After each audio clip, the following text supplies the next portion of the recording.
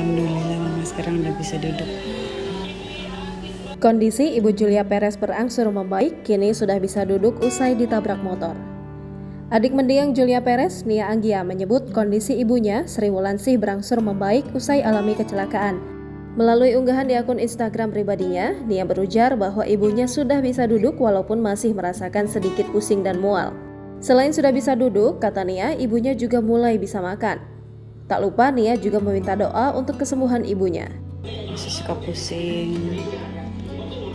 tapi ini udah kemajuan sekali. Udah bisa duduk, udah mau makan. Doain terus ya teman-teman.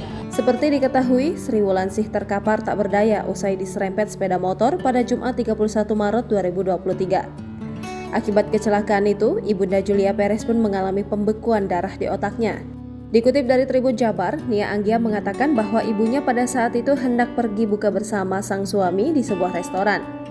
Saat hendak tiba, ternyata restoran yang dikunjungi penuh sehingga harus mencari tempat parkir di seberang.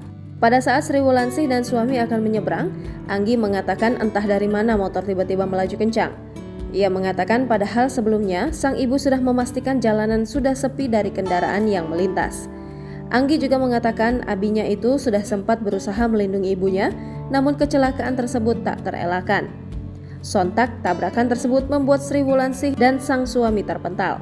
Sri Wulandari langsung pingsan di tempat sehingga warga yang melihat kejadian tersebut langsung melarikannya ke rumah sakit setempat. Anggi mengatakan kondisi sang ayah atau suami Sri Wulandari tidak begitu parah.